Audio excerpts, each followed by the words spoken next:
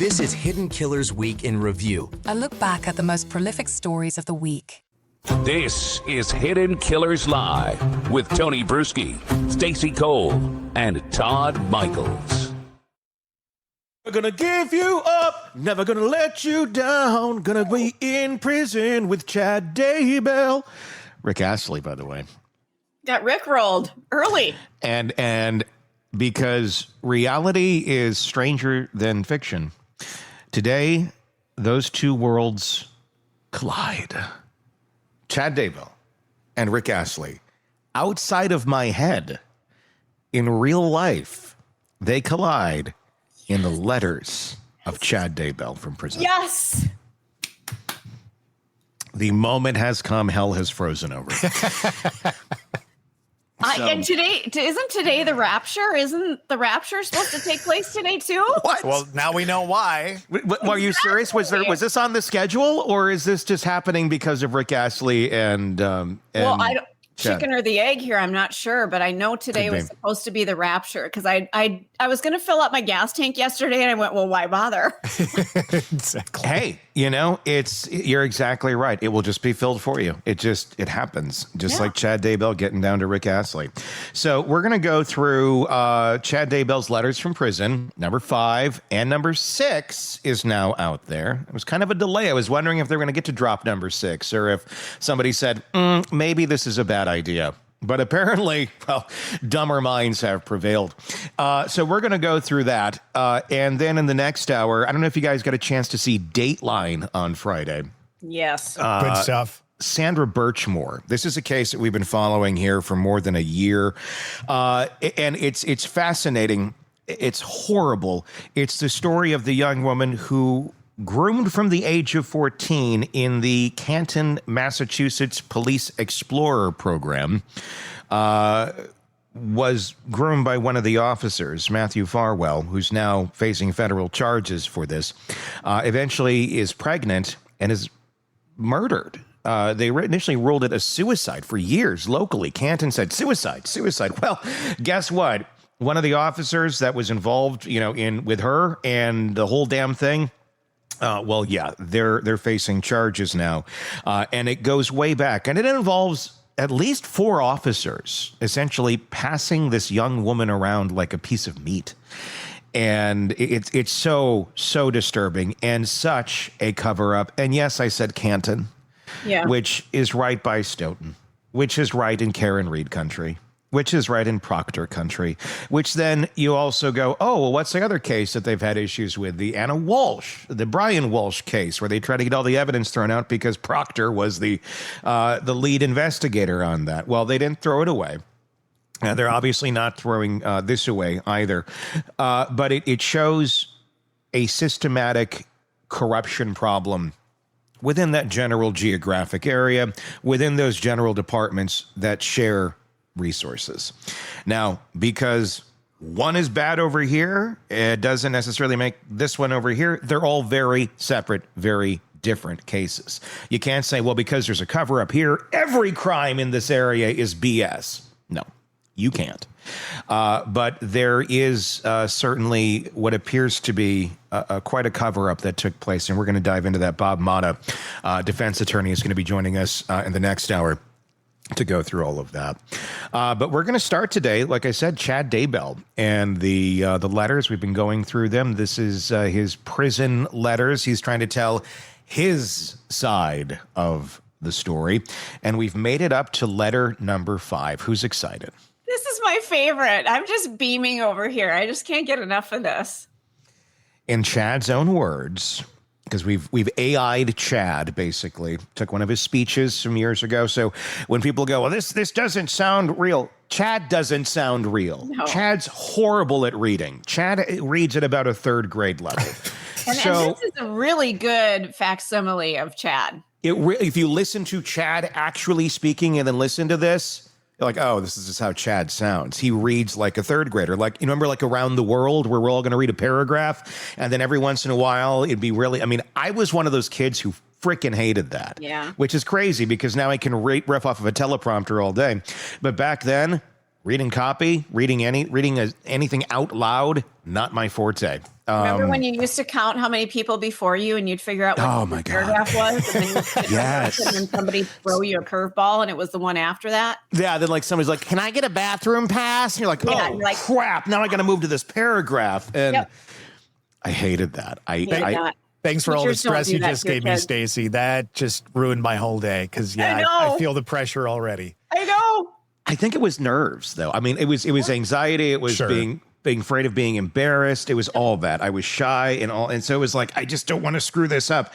Also horrible at around the world flashcards and math and like multiplication. To this day, I don't know multiplication tables. My mother tried to drill that into me one summer with flashcards. Like, do this. And I'm like, I don't remember. That doesn't help though either, does it? When the parents it does not help.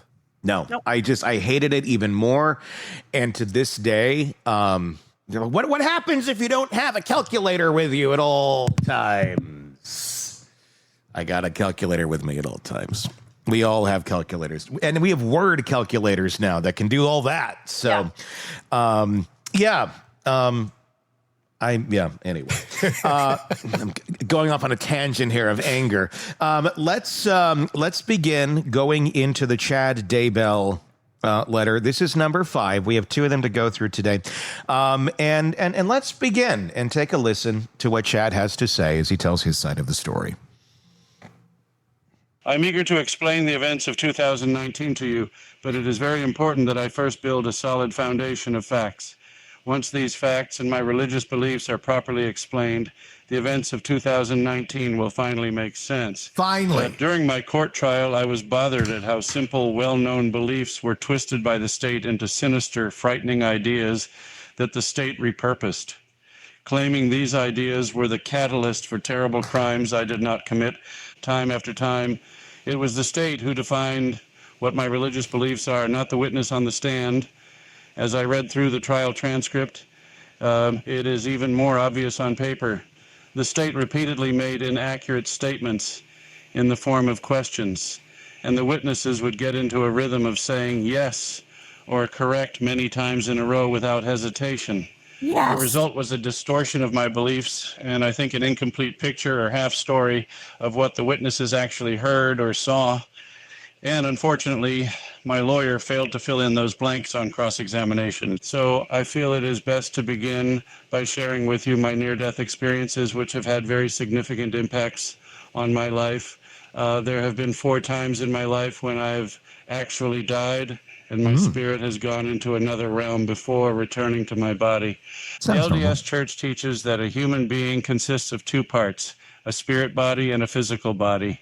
The spirit body resides inside the physical body and gives it life. When we die, the spirit and the body separate from each other.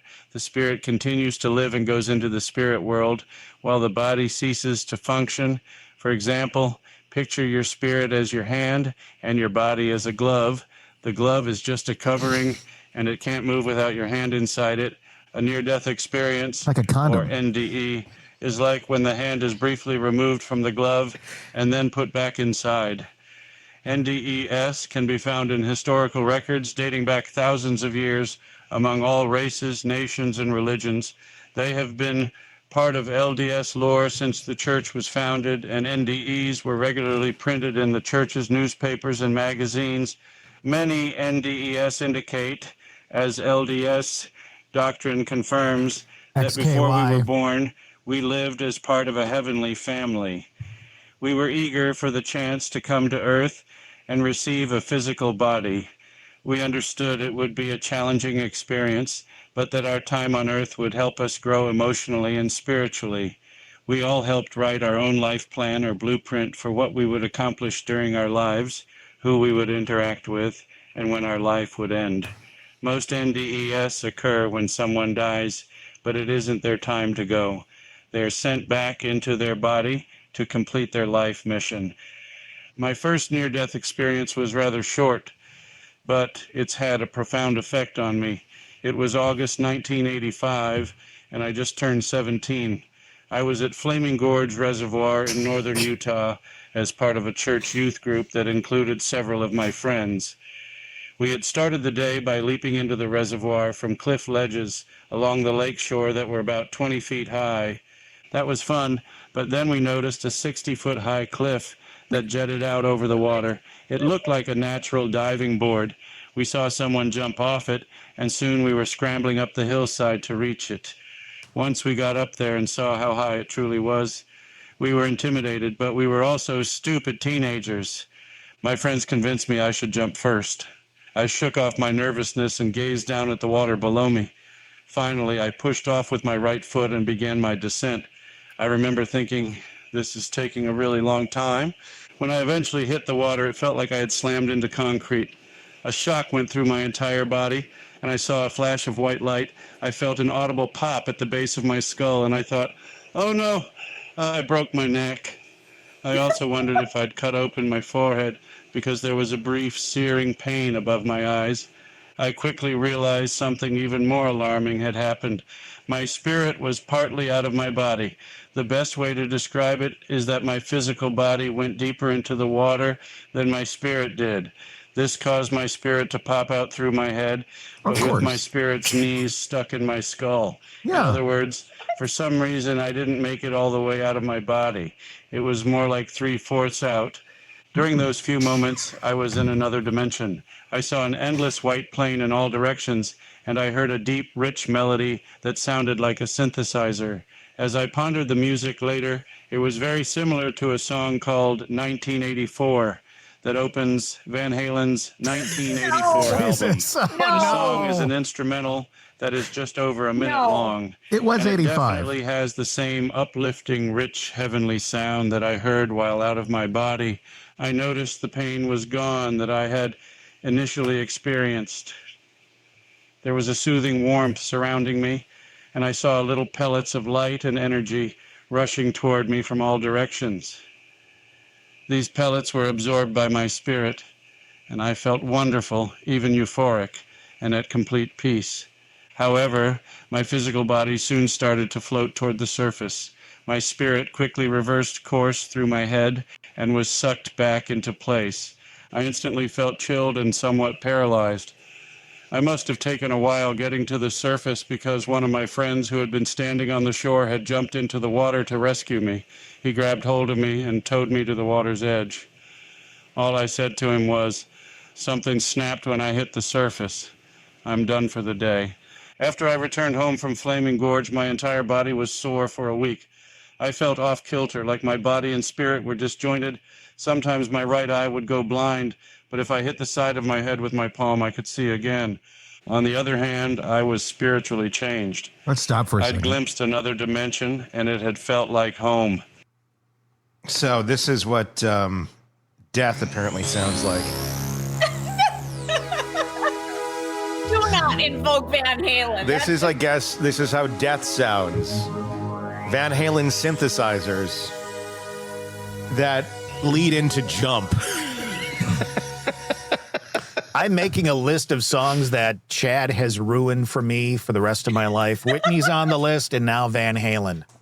Want more on this case and others? Then press subscribe now and don't miss a moment of true crime coverage from Tony Brueski and the Hidden Killers podcast.